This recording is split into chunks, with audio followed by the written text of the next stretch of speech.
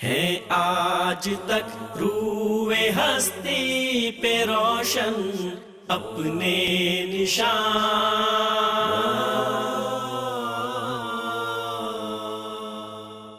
السلام علیکم ناظرین، پروگرام مسلم سائنسدان کے ساتھ میں ہوں آپ کا میزبان مدثر حسین سیان۔ ناظرین، آج ہم گفتگو کریں گے جابر بن حیان کی سائنسی خدمات کے حوالے سے، جسے ایک بڑی دنیا علم کیمیا کا بانی تصور کرتی ہے۔ اس اہم موضوع پر گفتگو کرنے کے لیے آج ہمارے ساتھ اسٹوڈیو میں موجود ہیں ڈاکٹر نور محمد اوان صاحب۔ ڈاکٹر صاحب خوش آمدید۔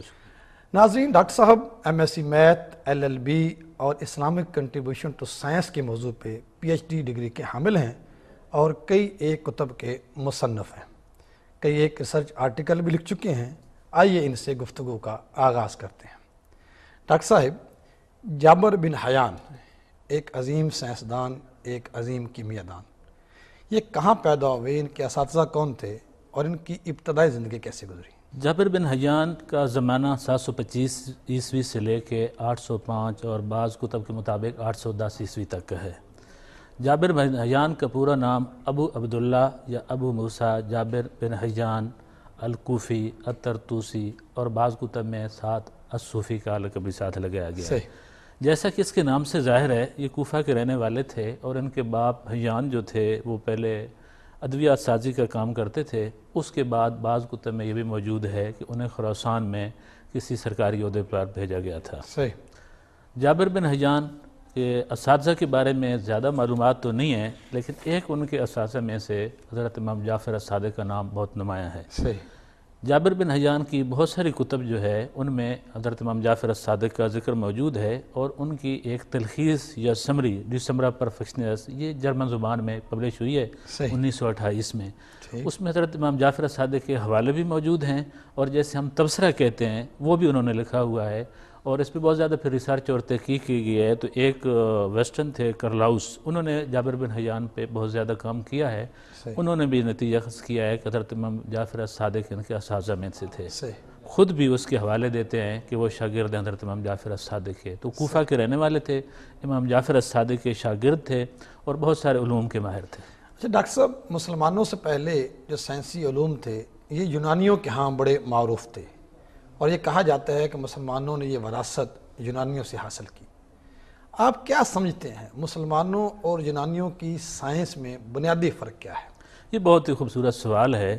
اگر کوئی یہ کہے کہ مسلمانوں سے پہلے یونانیوں کے اندر کوئی سائنسز موجود تھے، تو میرا خیال ہے ایسی ایک بات ہے کہ خود یونانیوں نے تو اس کا دعویٰ کیا نہیں ہے، اور بعض کے لوگ ان سے چیزوں کو منسوب کر رہے ہیں۔ میں ذرا اس کے لیے بہت مستند اور تاریخی حوالوں سے بات کرنا کوشش کروں گا۔ اگر آپ تاریخ علوم کا جائزہ لیں تو یونانی سب سے پہلے انسانی تاریخ کے اندر، میں مذہبی جو علوم ہیں یا الہام کے یا وحی کے جو ہمارے مذاہب ہیں ان کی بات نہیں کر رہا، یعنی ہماری جو سیکولر ہسٹری ہے تاریخ علوم کی، علمی روایت ہے، میں اس کی بات کر رہا ہوں۔ اس میں سے تاریخ انسانی کے اندر جو سب سے پہلے جن لوگوں نے ریشنل تھنکنگ کا آغاز کیا تھا وہ مصری تھے، پھر بیبلونین پہ کام گیا، پھر یونانیوں پہ کام گیا۔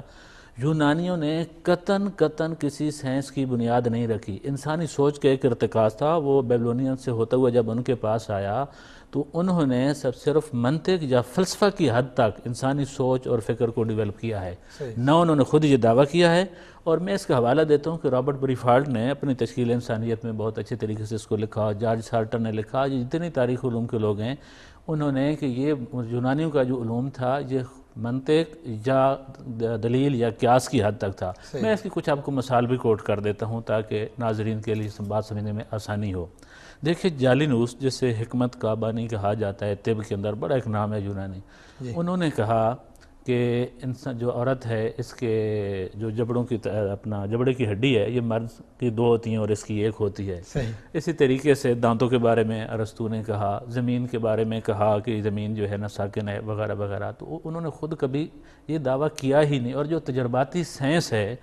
یونانی صرف دلائل سے، قیاس سے، سوچ سے، اس سے بات کرتے تھے۔ تجرباتی سائنس انہوں نے پرکھی ہی نہیں اس وقت انسانی تاریخ میں آپ کی بات سے یہ نتیجہ نکال سکتا ہوں کہ مسلمان اولین لوگ ہیں جنہوں نے تجرباتی سائنس کی بنیاد رکھی۔ اب آپ بے شک اٹھا کے دیکھ لیں جتنی بھی ارسطو کی کتابیں ہیں، ارسطالیس کے نام سے آپ کے عربی میں پتہ چل گیا، افلاطون ہے، ڈیموکراتس ہیں، یہ سارے جن کی کتابوں کو آپ اٹھا کے، المجستی ہے، آپ ساروں کو اٹھا کے دیکھ لیں تو آپ کو تجرباتی منہج اس میں ملے گا ہی نہیں۔ صحیح، ظاہر انسانی تاریخ کی فکر کا ایک ارتقا تھا اور وہاں تک ابھی سوچ نہیں پہنچی ہوئی تھی۔ جب آپ نے تجرباتی سائنس کی بات بنیاد کی تو یہ بالکل درست ہے، نہ صرف اس کی بنیاد اسلامی تعلیمات ہیں، قرآنی تعلیمات ہیں، بلکہ پہلا سائنسدان جس کو باقاعدہ سائنسدان کہا جاتا ہے وہ ہے جابر بن حیان، اور اس وجہ سے کہ first time in the history of human thinking اس نے پہلی دفعہ تجرباتی سائنس کی بنیاد رکھی، اور اس نے اس پر بڑی خوبصورت ایک کتاب لکھی۔ اس نے ایک کتاب لکھی ہے، کتاب السکہ بصحت العلم، یہ عربی میں کتاب ہے اور یہ کتاب موجود ہے اس وقت جرمنی زبان میں، اس کی ٹرانسلیشن بھی ہوئی ہے اور شاید میری معلومات کے مطابق فرانسیسی زبان میں ہوئی ہے، اور مصر کے اندر یہ اوریجنل اس کا مسودہ بھی موجود ہے۔ اب تجرباتی سائنس کے بارے میں مغرب والے کہتے ہیں جی راجر بیکن تھا۔ راجر بیکن نے کچھ نہیں کیا سوائے مسلمانوں نے جو تجرباتی سائنس کی بنیاد رکھی تھی اس کو انگلش میں ٹرانسلیٹ کیا۔ جابر بن حیان پہلا سائنسدان تھا جس نے کہا کہ پہلے چیزوں کو غور و فکر کرو، ان سے مشاہدہ کرو، اخذ کرو، پھر اس کے اوپر تجربہ کرو، اور تجربہ بار بار تجربہ دہراؤ، اس کے نتائج اخذ کرو، اور ان نتائج کی بنیاد پہ ایک حتمی اصول وضع کرو۔ اس کتاب کے اندر ساری ڈیٹیل موجود ہے۔ اس لیے کہا جاتا ہے کہ بعد میں پھر باقی تمام مسلمان سائنسدانوں نے اس کو فالو کیا، اور ظاہر ہے اگر آپ مجھ سے یہ سوال کریں کہ اس کی ریزن کیا تھی کہ اتنے زیادہ ہزاروں سال کی انسانی تاریخ ہے، ابراہیم علیہ السلام کے زمانے سے کہا جاتا ہے کہ شاید 4000 سال سے وہ پہلے تھے، تو مسلمانوں نے یکدم اتنا زیادہ یہ کیسے حاصل کر لیا ایک اسٹیپ میں؟ تو میں کہوں گا اس کے پیچھے قرآن اور حدیث کی سپیٹ تھی کہ مسلمان جو تھے ان کو کہا گیا کہ آپ تذکیر کائنات کا پہلی بات کنسیپٹ دیا گیا کہ یہ کائنات آپ کے لیے، دوسری بات ان کو تو قرآن اور حدیث کی کلیکشن کے لیے بھی جان اور چھان پھٹک کے اصول وضع کیے، وہی جب انہوں نے سائنس پر اپلائی کیے تو سائنٹیفک میتھڈ وجود میں آ گیا۔ صحیح۔ اچھا ڈاکٹر صاحب، یوں تو جابر بن حیان نے کیمیا کے حوالے سے بہت نام کمایا ہے، اس پہ ہم بعد میں تفصیلی گفتگو کریں گے۔ علم کیمیا کے علاوہ کون سے موضوعات جابر کی تحاریر کا حصہ رہے؟ دیکھیں جابر بن حیان بالعموم بالخصوص اور بہت سارے دیگر مسلمان سائنسدان جو ہیں بالعموم ان کے ساتھ یہ بدنصیبی رہی ہے کہ ہمارے پاس جو کتب آئی ہیں مسلمان سائنسدانوں کی وہ صرف وہی ہیں جو مغرب میں ٹرانسلیٹ ہوئی ہیں، اس کے بعد آ گئیں۔ ہم نے بدنصیبی سے خود اس پہ کوئی کام زیادہ نہیں کیا۔ دیکھیں جو سب سے بڑے ذخائر موجود ہیں وہ تکریت میں تھا، عراق میں، جب یہ عراق کی وار ہوئی تو وہ کتابیں لوٹ کے لے گئے اور مغرب میں چلے گئے۔ 1990 میں جب الائیڈ فورسز نے اٹیک کیا اس وقت جو تکریت میں تباہی ہوئی اس میں بہت سی کتب ضائع ہو گئی، آف کورس ضائع بھی ہوئی ہیں اور وہ کچھ اٹھا کے بھی لے گئے۔ صحیح۔ تو سب سے بڑا نقصان تو یہ ہے کہ انہوں نے ضائع کیے ہیں، اور اس سے بھی بڑی بدنصیبی یہ ہے کہ ہم نے آج تک ان کتب پہ کام نہیں کیا۔ مجھے تو بعض دفعہ یہ بات کہتے ہوئے بھی ڈر لگتا ہے کہ میں ایسی بات کہوں اور وہ کسی لائبریری کو پوائنٹ آؤٹ کرو تو اس کو بھی اٹھا کے نہ لے جائیں یا آگ نہ لگا دیں۔ دوسرا بڑا ذخیرہ یہ شاید اس سے تقریر سے بڑا ذخیرہ جو ہے وہ توپ کاپی میوزیم میں موجود ہے، استنبول میں۔ اس کے علاوہ مصر میں بھی قاہرہ میں کتب موجود ہیں، بہت سارے وسط ایشیا کے ممالک میں موجود ہیں، اسکوریا لائبریری میں بہت سارے خزانہ موجود ہے جس کو ایسٹرن سیکشن کہتے ہیں، اور مسلمان سکالر کی وہاں ایکسیس تقریباً نہ ہونے کے برابر ہے۔ تو چونکہ ہم نے خود کام نہیں کیا ہے، مغربیوں نے کوئی ٹرانسلیشن کی ہے، انہوں نے جو کچھ کہا ہے، کسی کے بارے میں کوئی چیز پبلش ہوئی ہے تو وہ ہم تک آ گئی ہے۔ تو ہم جابر بن حیان کا بھی المیہ یہی ہے کہ ہم نے جابر بن حیان پہ کوئی کام نہیں کیا ہے۔ میں تو سمجھتا ہوں کہ یہ آپ کا جو پیغام ٹی وی ہے ان کی بھی یہ کاوش بہت قابل صد مبارکباد ہے کہ پہلی دفعہ وہ کم از کم ہم مسلمانوں کو یہ بتا رہے ہیں کہ آپ کے آباء و اجداد نے بہت علمی خدمات دی ہیں، اور یہ ایک بڑی تحریز، علمی تحریز کی انشاءاللہ باعث بنے گا۔ تو جابر بن حیان کی اس کیمیاب ہے چونکہ کچھ کتب آ گئی ہیں ٹرانسلیٹ ہو کے، اور اس میں جو ہے نا جی برتھلو جس کو اردو میں کہتے ہیں اس نے کام کیا، 5-7 کتب اس کی ٹرانسلیٹ کی مین اور وہ کیمسٹری پہ تھیں چونکہ، اور کیمسٹری چونکہ صنعت سازی کے حوالے سے بھی اس نے کتب لکھی۔ مغرب میں چونکہ علم کو برائے ڈالر لیا جا رہا تھا، صنعتی انقلاب کے لیے ان کی ضرورت تھی، وہ انہوں نے ہائی لائٹ کیے ہیں تو ہائی لائٹ ہو گئی ہیں۔ اسی طریقے سے میئر ہاف نے اس پہ کام کیا یا دوسرے، لیکن اپنا جو جابر بن حیان ہیں یہ طب اور فلسفے بھی بہت ماہر تھے۔ کائنات جو کونیات کاسمالوجی پہ ان کے بہت اچھی بکس ہیں، حتیٰ کہ میں آپ کو بتا رہا ہوں کہ انہوں نے کتاب و سند بھی لکھی ہے کہ علم کو صنعت سازی میں کیسے علم کیا جا سکتا ہے۔ بالعموم یہ کہا جاتا ہے، اور میں نے جو مختلف ان کی اسٹڈی کی ہے تو یہ 17 مختلف علوم کے ماہر تھے، جس میں موسمیات بھی شامل ہے، کاسمالوجی ہے، طب ہے، حکمت ہے، نجوم ہے، یعنی آسٹرالوجی بھی ہے اور آسٹرانومی بھی ہے، کیمسٹری ہے، فارمیسی ہے، یہ سارے علوم میں یہ بہت ماہر تھے۔ صحیح۔ ڈاکٹر صاحب، یوں تو جابر بن حیان نے بہت سی کتابیں لکھی، لیکن چند ایک کتب جو بہت مشہور ہوئیں ان کا تعارف کروا دیں۔ دیکھیں، کتاب الفہرست جو تاریخ علوم کی پہلی کتاب ہے، اس کے مطابق جابر بن حیان نے 220 میں ان کتب تحریر کی، اور کچھ رسالے بھی لکھے، یا کچھ رسائل ایسے تھے جن کی کئی جلدیں ہیں، تو اس میں ملا کر ٹوٹل انہوں نے 240 کتب تحریر کی ہیں۔ صحیح۔ جو ان کی کتابیں مشہور ہیں ان میں سے ایک کتاب تو جو کیمسٹری کے موضوع پر ہے وہ ہے کتاب المیزان۔ کتاب المیزان۔ کتاب المیزان ہے۔ کتاب المیزان کی خوبصورتی یہ ہے کہ جو قرآن کریم کا ہے کہ ہر چیز کو میزان پہ پیدا کیا گیا ہے، قرآن کریم کے ایک کنسپٹ ہے، تصور ہے۔ جابر بن حیان نے اس تصور کو لیا ہے اور اس کو پھر کیمسٹری کے اندر اپلائی کیا ہے، اس کو اندر پھر کاسمالوجی کے اندر اپلائی کیا ہے کہ یہ جو زمین، آسمان، ستارے، ان کے اندر کیا ہے، اس کو طب کے اندر استعمال کیا ہے ایک بہت خوبصورتی کے ساتھ۔ اور ظاہر ہے چونکہ وہ میزان تناسب کا تھا، اس میں تو میتھمیٹکس بھی انوالو ہو گئی، تو یہ بھی کہا جا سکتا ہے کہ انہوں نے میتھمیٹکس کو دیگر علوم میں پہلی دفعہ استعمال اچھا، یہ کیا لفظ ہے۔ میزان سے ایک بات اور ذہن میں آئی کہ کیا انہوں نے اپنی کتابوں کے اندر ان اغلاط کی درستگی کی جو یونانیوں کے ہاں پائی جاتی تھی؟ آف کورس، یہ بہت خوبصورت سوال ہے، پہلے ہونا چاہیے تھا میرا خیال ہے۔ جابر بن حیان کے بارے میں آپ نے پڑھا ہوگا کہ کہا جاتا ہے کہ یہ بڑا مکمل سائنسدان تھا، جی جی، بہت مکمل عالم ہی تھا۔ Was a real scientist. جی ہاں، اس کا وجہ یہ ہے کہ دیکھیں ایک ریشنل چیز ہے کہ ایک اچھا عالم وہ ہوتا ہے یا اسکالر کہ اس کے ایج سے پہلے جتنے علوم موجود ہیں وہ ان کا علم حاصل کرے، ان پہ مہارت تامہ حاصل کرے، حتیٰ کہ ان میں اگر کوئی کریکشن ہے، تنقید ہے، تصحیحات ہے، وہ کرے، اور اس کے بعد وہ پھر اپنی ایجادات کرے۔ یہ ساری خصوصیات جابر بن حیان کے اندر موجود تھیں۔ انہوں نے یونانی جو ہے ان کی جتنی بھی بکس تھی مشہور، جیسے المجستی ہے، اقلیدس کی کتاب ہے، ڈیموکراتس کتابیں، افلاطون کی ہیں، یہ ساری جو بکس تھیں ان کی مشہور، ان کی تصحیحات، مصححات ان کو کہا جاتا ہے، کریکشن، یعنی اردو میں آپ تصحیحات کہہ سکتے ہیں، کہ نہ صرف ان کے تراجم کیے بلکہ ان میں بتایا کہ وہ یہ کہہ رہے ہیں اس میں، اور اس میں اس حد تک بات درست ہے، اور یہاں ان سے غلطی یا مغالطہ ہوا، اور اس کو پھر کریکٹ کیا ہے۔ تو انہوں نے، اور یہ بہت بڑی بات تھی کیونکہ مسلمانوں سے پہلے یہ جو یونانی تھے یا اس سے بھی پہلے کو جتنے نامور سائنسدان تھے، تو ایک ڈکٹیٹرشپ آپ کہہ لیں کہ موجود تھی کہ کوئی آدمی یہ سوچتے نہیں تھا کہ اگر کوئی بات یہ ارسطو نے کہی ہے تو وہ غلط ہو سکتی ہے، یعنی اتھارٹیرینزم اگر کہیں تو زیادہ بہتر تھا کہ اگر ارسطو نے کوئی بات کر دی ہے تو یہ آخری حد ہے، اس کو چیلنج کرنے کے بارے میں کہ چیلنج کرنا تو دور کی بات، کوئی سوچتا ہی نہیں تھا۔ تو یہ پہلا آدمی ہے، اس نے کہا نہیں، ظاہر ہے وہ اس نے کہا کہ ہم نے تو حدیثیں اگر چھان پھٹک کے لی ہیں تو انہوں نے اسی اصول کو یہاں پہ اپلائی کیا اور چھان پھٹک کی ساری، اور پھر بتایا کہ ان میں یہ غلطیاں ہیں۔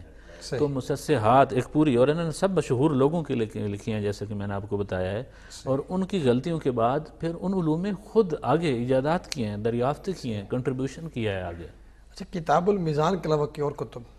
کتاب المیزان کے علاوہ انہوں نے طب کے بہت مشہور کتاب لکھی ہے، کتاب الخالص اور کتاب الحاوی۔ اور کتاب الحاوی کے اندر انہوں نے لکھا تھا، یہ بعد میں رازی نے بھی پھر انہی کا یہ اصول اپنایا کہ وہ کوئی مریض آتا تھا، اس کی نوٹ کرتے تھے کہ اس کو یہ تکالیف ہو رہی ہیں،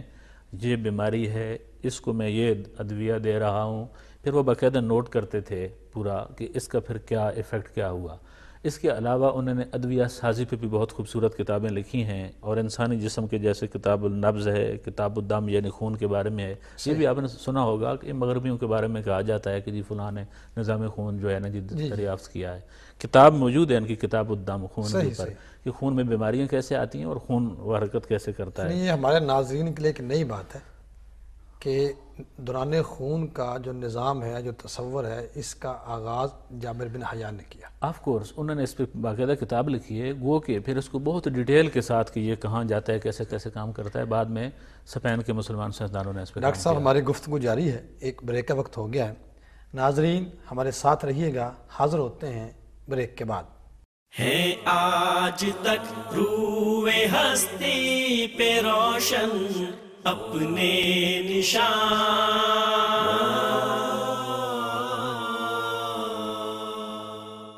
ہے آج تک روئے ہستی پہ روشن اپنے نشان،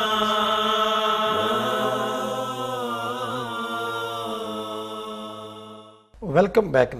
ناظرین جہاں سے گفتگو کا سلسلہ ختم ہوا تھا وہیں سے دوبارہ شروع کرتے ہیں۔ ڈاکٹر صاحب آپ تعارف کروا رہے تھے جابر بن حیان کی کتابوں کا۔ تو جابر بن حیان نے کتاب الکامل لکھی، کتاب الصناع الی الزراعت لکھی، کتاب المدخل صناع لکھی، اور یہ تیزابات کے اور جو کیمیکلز ہیں ان کے صنعتوں میں استعمال کے بارے میں کتب ہے، تو یہ بھی بڑی امپورٹنٹ ہے، آج کل بھی ہم اس پہ ریلائی کر رہے ہیں۔ اس کے علاوہ جابر بن حیان نے نجوم پر بہت زیادہ کام کیا ہے، نجوم ان آسٹرالوجی۔ یہ جتنے ہمارے پاس جو لوگ، اگرچہ ہمارے مذہب نے اس کو کوئی زیادہ اپریشیٹ نہیں کیا ہے، لیکن چونکہ یونانیوں کے پاس یہ علوم تھا، انہوں نے ان کی مختلف کتب کی، اس میں تنقید بھی کی اور پھر ان پہ مزید اپنی کتب بھی لکھی ہیں۔ اور جابر بن حیان نے ایک بہت خوبصورت بات لکھی ہے، بہت وضاحت اور صراحت کے ساتھ، کہ یہ جو ستارے ہیں یہ انسانی زندگی پہ اثرات بے شک کرتے ہیں جیسے فطرت کی باقی چیزیں کرتی ہیں، لیکن انسان کی زندگی ان کی اسیر نہیں ہے، یہ انسان کی زندگی کے بھی اسیر ہیں۔ اور مذہبی لحاظ سے انہوں نے ایک کتاب لکھی ہے غایۃ الحکمہ، بڑی مشہور کتاب ہے، بنیادی طور پر مابعد الطبیعات اور فلسفہ و حکمت وغیرہ سے یہ بحث کرتی ہے۔ اس میں انہوں نے لکھا ہے کہ دعا اور قربانی سے ستارے بھی انسان کے زیر اثر ہیں۔ صحیح۔ اچھا ڈاکٹر صاحب، جابر بن حیان کا جو اصل موضوع یا جس سے اس کو شہرت حاصل ہوئی وہ علم کیمیا ہے۔ علم کیمیا میں کون سی نئی چیزیں ہیں جنہوں نے انٹروڈیوس کروائیں؟ سب سے پہلے تو اگر ہم تھوڑا سا اندازہ لگائیں، اس کا تجزیہ اگر کریں، تو جابر بن حیان سے پہلے انسانی تاریخ میں جو کیمیا گری ہے اس کا علم تو صحیح یا غلط کسی حد تک موجود تھا۔ علم کیمسٹری یا علم کیمیا تو موجود نہیں تھا۔ بنیادی طور پر یونانیوں کے ہاں ایک نظریہ تھا کہ مختلف دھاتوں کو کیمیکل تعامل کے بعد ان ادنا سے اعلیٰ دھاتیں یعنی سونے کی طرف تبدیل ہو جاتی ہیں، یعنی سونا بنایا جا سکتا ہے سادہ الفاظ میں۔ اسی طرف اشارہ کر رہے ہیں جو ایک الزام بھی ہے کہ یہ کیمیا کے ماہر کے بجائے کیمیا گر تھا۔ ہاں، میں اس میں آتا ہوں، لیکن پہلے میں آپ کے پہلے سوال کا جواب دے دوں، ضمناً میں اس کا بھی جواب دے دیتا ہوں۔ تو اس سے پہلے تو جہاں تک علم تھا اس سے آگے نہیں تھا۔ جابر بن حیان پہلا آدمی تھا کہ جس نے باقاعدہ نہ صرف دھاتوں کا علم دیا، بلکہ جس کو علم طبقات الارض بھی کہا جا سکتا ہے، بلکہ اس نے جو کیمیکلز ہیں مختلف، ان کا تعامل آپس میں کیسے ہوتا ہے، تیزاب کیسے بنتے ہیں، مختلف عناصر کی کیمیکل جو آپس میں بانڈنگ ہے یا تعامل ہے یا مرکبات بنتے ہیں، چونکہ اس سے پہلے حکمت کے اندر آمیزش کا یا آمیزش کی حد تک تو بات تھی، یہ کیمیکل ایکشن اور ریئیکشن کی بات نہیں تھی۔ اس نے سب سے پہلے یہ انٹروڈیوس کروایا کہ کیسے مختلف چیزیں مل کے آپس میں کیمیکل تعامل کرتی ہیں اور اسے کون کون سی چیزیں وجود میں آتی ہیں، اور اس کے لیے اس نے باقاعدہ ایک لیبارٹری قائم کی۔ یعنی اگر جابر بن حیان کے کارناموں کو گنا جائے تو جہاں وہ پہلا تجرباتی سائنسدان تھا، وہاں وہ پہلا کیمسٹ بھی تھا اور فارماسسٹ بھی تھا۔ اس نے باقاعدہ آلات بنائے تجربات کے لیے، پھر ان کو استعمال کیا، پھر باقاعدہ ریڈنگ نوٹ کرتا تھا اور اس کے پورے تجربات کرتا تھا، تو اس نے تجربے سے گزار کے بتایا کہ کون کون سی چیزیں کس کس کیمیائی تعامل سے بنتی ہیں۔ تو یہ کیمیائی تعامل کا کنسیپٹ پہلی دفعہ اس نے دیا۔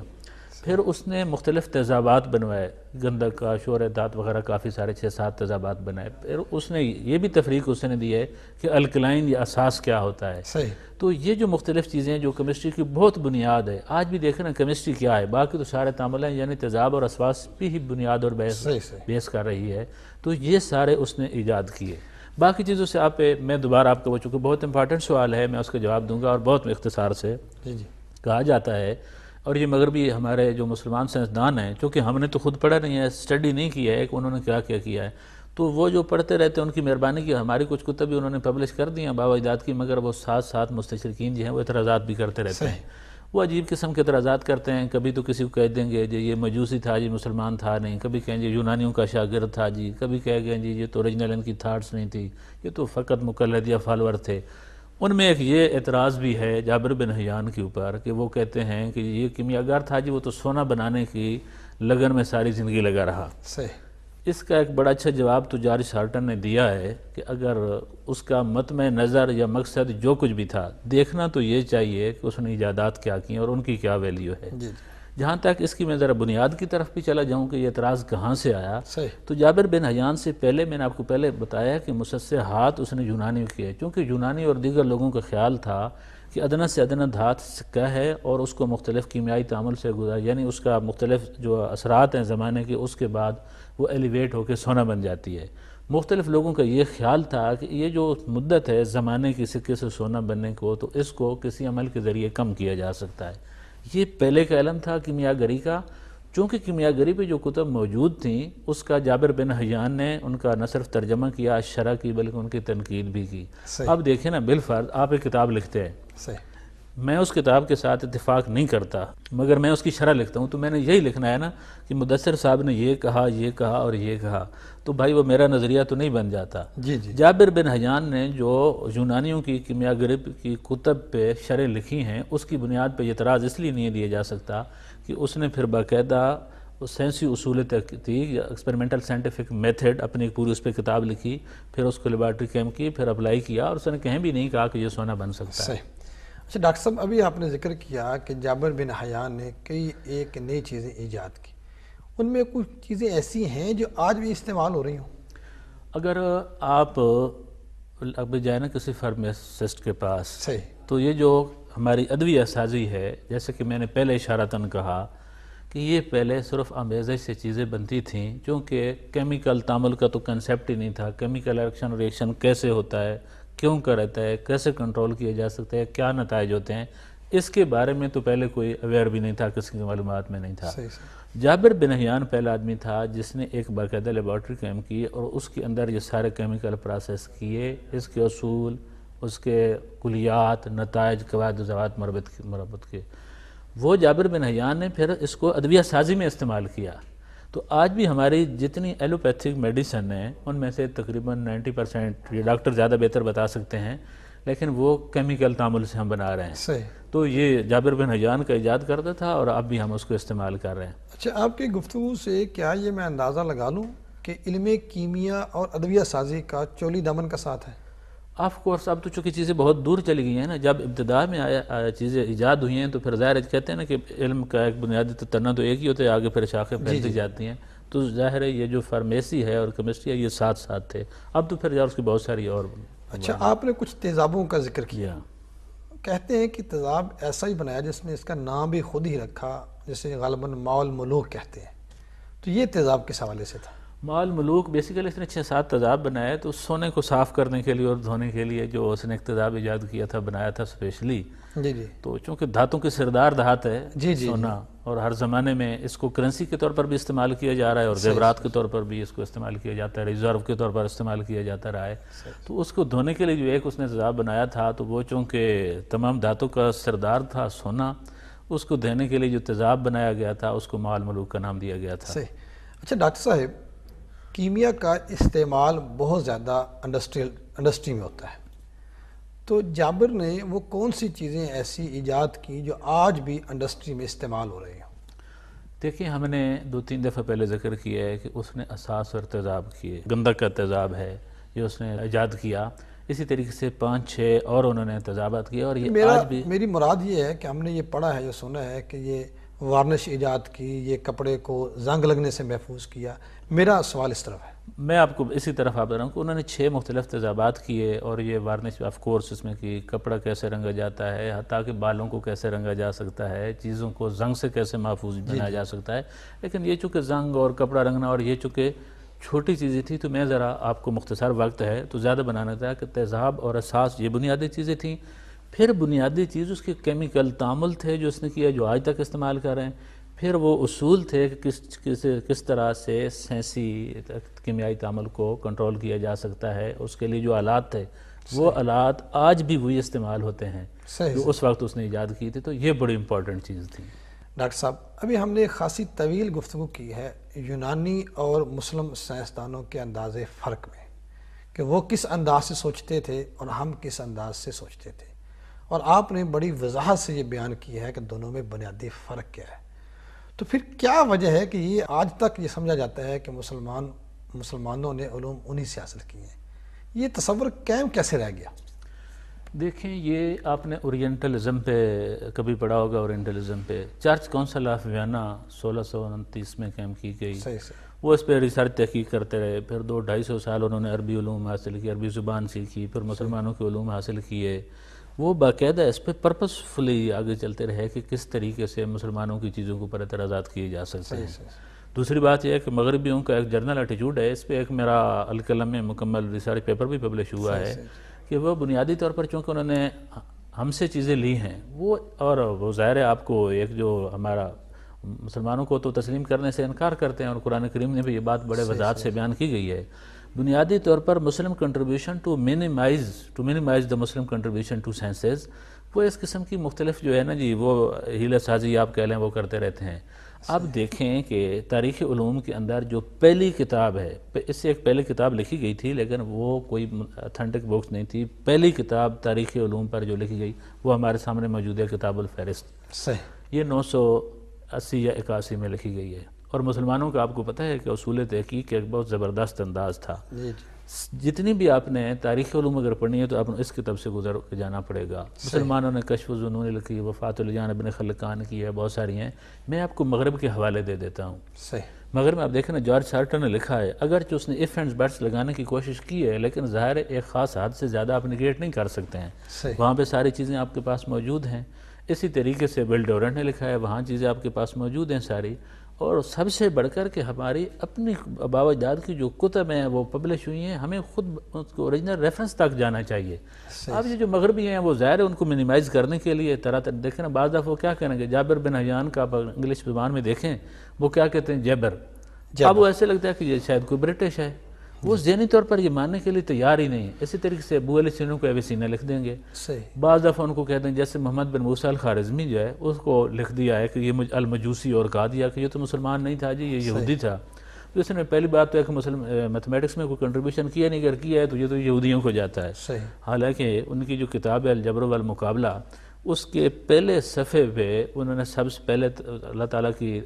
حمد اور توحید بیان کیے، پھر درود و سلام کیا ہے، پھر اس کتاب کے اغراض و مقاصد لکھے ہیں۔ تو جو آدمی بھائی توحید اور حمد و ثنا کر رہا ہے، پھر رسول کے اسلام پہ درود و سلام بھیج رہا ہے، اور اس کے بعد اسلام کی افادیت بیان کر رہا ہے کہ اس کی وجہ سے میں انہیریٹنس کے لیے لکھ رہا ہوں، اس کو آپ مجوسی لکھ سکتے ہیں۔ تو یہ ایک مینٹیلٹی ہے، لیکن اس کا حل یہ ہے کہ ہم خود کم از کم ان بکس کو ایڈٹ کر کے پبلش کر دیں، اور پی ایچ ڈی کے اسٹوڈنٹس آئیں اور ان کتب پہ پی ایچ ڈی کریں۔ اچھا ڈاکٹر صاحب، جابر نے ظاہر ہے کئی کتابیں لکھی ہوں گی علم کیمیا کے موضوع پہ، کتاب المیزان کا آپ نے ذکر کیا،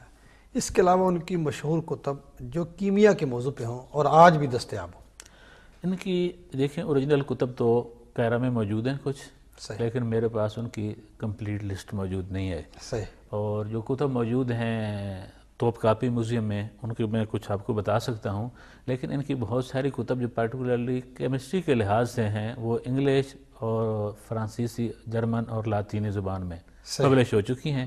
وہ موجود ہیں لائبریریوں میں۔ اور ان میں کتاب المعدن بہت امپورٹنٹ بک ہے، کتاب التفاضل ہے، کتاب الحقیقہ ہے، یہ جو جوہر ہوتے ہیں مختلف دھاتوں کے اس پہ بات ان پہ کی ہے، کتاب التوسط ہے، کتاب المدخل الصناع، یعنی کس طریقے سے کیمیکل چیزوں کو انڈسٹری کے لیے استعمال کیا جا سکتا ہے۔ ڈاکٹر صاحب اپنی گفتگو کو یہاں روکتے ہیں، ایک مختصر سی بریک کا وقت ہو گیا۔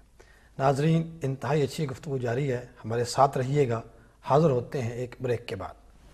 ہے آج تک روح ہستی پہ روشن اپنے نشان،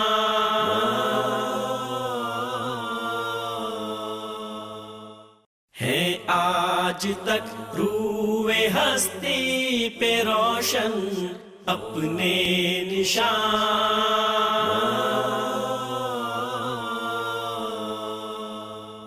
ویلکم بیک ناظرین، بریک سے پہلے ڈاکٹر صاحب ہمیں جابر بن حیان کی مختلف کتابوں کا تعارف کروا رہے تھے، آئیے ان سے دوبارہ گفتگو کا آغاز کرتے ہیں۔ جی ڈاکٹر صاحب، انہوں نے، میں اب بتا رہا تھا کہ کتاب المیزان کے علاوہ انہوں نے کتاب جوہر الکبیر لکھی، جوہر الصغیر لکھی،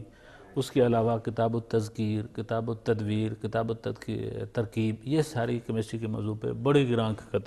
قدر کتب ہیں، اور ان میں سے تقریباً کم و بیش تمام کے تراجم پبلش ہو چکے ہیں، تراجم ہو چکے ہیں مختلف زمانوں میں اور پبلش بھی ہو چکے ہیں۔ اچھا، آپ نے جو بات کی تراجم کی، تو ظاہر ان کا ایک بہت نمایاں مقام ہے کیمسٹری کے میدان میں، تو میرے ذہن میں یہ بات آ رہی ہے کہ کیا ان کی کتابوں کی ٹرانسلیشن آج بھی ہو رہی ہے؟ نہیں، آج تو بدنصیبی سے نہیں ہو رہی ہے، لیکن یہ نا ایک ایرا تھا 1920-22 سے لے کے،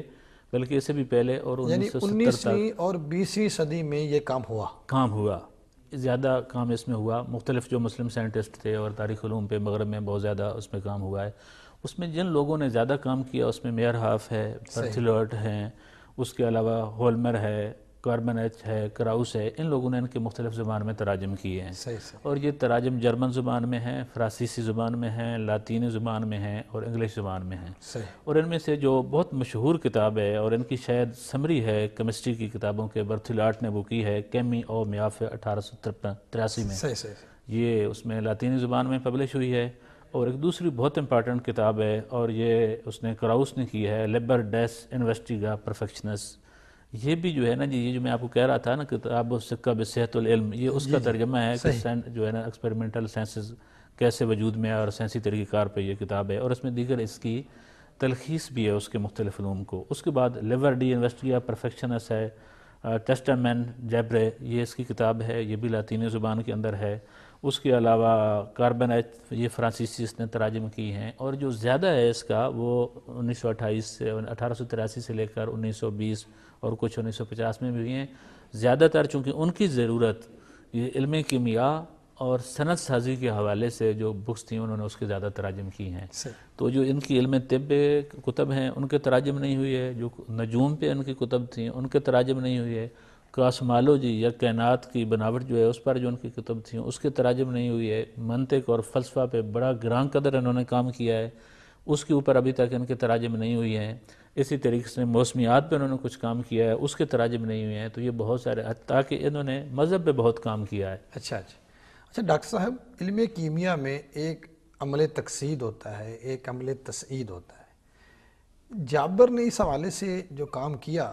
کیا آج تک وہی پروسیس چل رہا ہے یا اس میں کوئی تبدیلی آ گئی؟ نہیں دیکھیں نا، وہ تو جیسے اب تیزاب اس نے بنایا ہے، گندہ کا تیزاب ہے تو اس کا کیمیکل فارمولہ ہے، اور ایک اس نے ایک اصول تھا بنانے کا، اور ایک ظاہر اس کی ہیئت یا بناوٹ ہے، تو وہ اس میں تو وہ جو پروسیس تھے وہ بعین ہی آج ہی ایسے تسعید کا ہے، آکسیڈائزیشن کا ہے،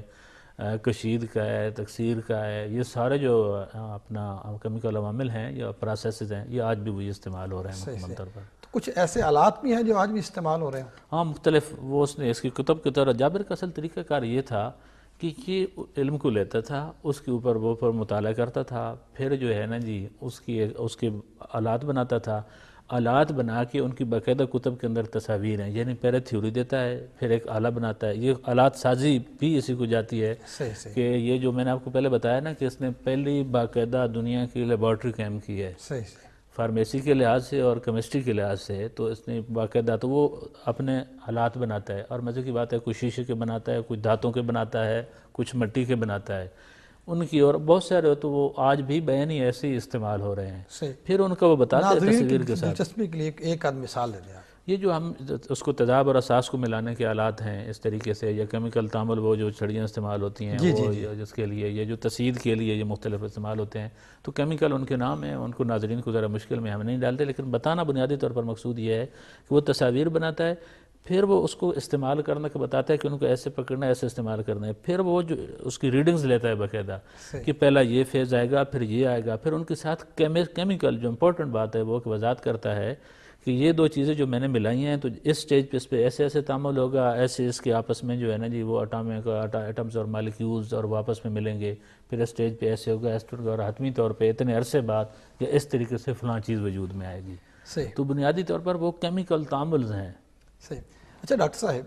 ہم نے علم کیمیا کا بہت تفصیلی سے جائزہ لیا ہے، طبیعیات کے میدان میں کام کیا انہوں نے، فلسفہ کے میدان میں کام کیا، دیگر علوم میں بھی کام کیا، کوئی ایک ایسی اور چیز یا کوئی ایسی گفتگو یا کوئی ایسی ایجاد جو کسی اور مضمون میں ہو اور آج تک ہمارے لیے کام آ رہی ہو؟ دیکھیں جی، جو طب کا ہے اس پہ اوپر میں نے آپ کو بتایا، اور شاید ہم نے تھوڑا سا اس کو ہم اختصار سے دوبارہ میں بیان کر دیتا ہوں کہ اس سے پہلے صرف آمیزش کی حد تک ادویہ سازی تھی۔ صحیح۔ تو یہ جو کیمسٹری کو فارمیسسٹ کے طور پر اس نے کیمیکل تعامل کو ادویہ سازی کے لیے استعمال کیا، اور آج تک ہم اس میں فارماسسٹ اس کو استعمال کر رہے ہیں، ایلوپیتھک میڈیسن ہم بنا رہے ہیں، یہ آپ اس عام طور پہ ریکگنائز نہیں کیا جاتا، یہ اس کا بہت ہی اہم موضوع ہے جابر بن حیان کا۔ دوسری بات یہ ہے کہ انہوں نے جو طبیعیات پہ، یعنی علم کائنات پہ یا کاسمالوجی کہہ سکتے ہیں، اس پہ بھی انہوں نے بہت گراں قدر کام کیا ہے، اور بعض چیزیں تو ایسی لگتی ہیں، میں نے چونکہ بعض ان کی اوریجنل بکس میرے تک نہیں پہنچی ہیں، صرف اس کے تراجم آئے ہیں، کہ شاید یہ جو ہماری کائنات کی بناوٹ ہے اس کے بارے میں انہوں نے بہت خوبصورت جو ہے نا تبصرے کیے ہیں، اس میں لکھا ہے، اور جس سے اندازہ ہوتا ہے کہ ان کو پورا اس کا ادراک اور احساس تھا۔ دوسری ایک اور بڑی امپورٹنٹ بات ہے کہ یہ جو میں نے آپ کو پہلے بتایا نا کتاب المیزان، جی جی تو کیمسٹری کے لحاظ سے تو لوگوں کو پتہ ہے کہ کتاب المیزان ہے، انہوں نے اس کو طب کے اندر بھی استعمال کیا ہے، حتیٰ کہ فلسفہ کے اندر استعمال کیا ہے، حتیٰ کہ سوشیالوجی کے طور پر استعمال کیا ہے۔ تو یہ بھی ایک پہلو جو ہے تشنہ تحقیق ہے جسے زیادہ لوگ نہیں جانتے ہیں۔ اس کے علاوہ جو دھاتوں کے خواص تھے، ہاں اس پہ ذرا تفصیل سے بتائیں۔ تو دیکھیں نا کتاب المعادن جو ہے یہ اس پہ بہت وضاحت کرتی ہے، اور اس میں علم طبقات الارض بھی آ جاتا ہے۔ وہ بتاتے ہیں کہ یہ دھات زمین کے اندر موجود ہوتی ہے، اس کے یہ خواص ہیں، یہ فلاں دھات کے ساتھ مل کے ایسا عمل اس کا ہو سکتا ہے، یعنی اس کے تمام جوہر سے لے کے اس کے خواص اور استعمال تک یہ ساری بتاتے ہیں۔ تو دھات سازی جو ہے یا دھاتوں کا جو علم ہے اس میں بھی وہ بہت معنی کہ اگر ہم ان کو کہیں تو یہ بے جا نہ ہوگا، اور بہت سارے لوگوں نے اس کو کہا بھی ہے۔ تو اس حوالے سے بھی انہوں نے بڑی گراں قدر کتب لکھی، مگر چونکہ تراجم نہ ہو سکے یا ہم تک نہ پہنچ سکے یا عام کاری تک نہ پہنچ سکے یا نہ پہنچایا گیا، تو یہ ایک پہلو ہے جو ابھی تک تحقیق طلب ہے۔ اچھا ڈاکٹر صاحب، جابر بن حیان کے سائنسی کارناموں کو جو عصر حاضر کے مشاہرین ہیں یا ماہرین ہیں یہ کس نظر سے دیکھتے ہیں؟ دیکھیں، میں اگر اپنے الفاظ میں کہوں تو میں اگر کہوں کہ جابر بن حیان کو اگر علمی کیمسٹری سے نکال دیا جائے تو سارا علمی کیمسٹری کا ڈھانچہ زمین بوس ہو جائے گا، لیکن میرا خیال ہے سب سے آپ کی یہ جو جملہ ہے یہ ناظرین کے لیے حیرت کا باعث ہے کہ اگر اس کے کام کو نکال دیا جائے تو پوری بلڈنگ یا عمارت زمین بوس ہو۔ زمین بوس، میں نے یہ سوچ سمجھ کے میری ایک علمی تحقیقی علمی رائے اور اس کے پیچھے مختلف دلائل ہیں، جیسے کہ ہم نے کچھ باتیں پہلے بیان بھی کی ہیں، لیکن میں اس کے آپ کو اگر اورینٹلسٹ ہے اور مغربیوں کے بڑے بڑے جو نام ہیں انہوں نے اس کو کیسے دیکھا ہے تو ناظرین کو ذرا آسانی ہو جائے گی کہ جو لوگ ہم کو نہیں مانتے وہ اس کو کس قدر کی نگاہ سے دیکھتے ہیں۔ تو جارج سارٹر نے جو introduction to the history of science لکھی، وہ شروع میں ہر 50 سال کو اس عرصے کے کسی بلند پایہ سائنٹسٹ، محقق یا شاعر کے ساتھ موسوم کرتا ہے۔ تو یہ جو 7 سے 50 800 عیسوی تک کا زمانہ ہے اس نے موسوم کیا اس پورے ایرے کو 50 سال کو تاریخ علوم کے اندر جابر بن حیان کے ساتھ۔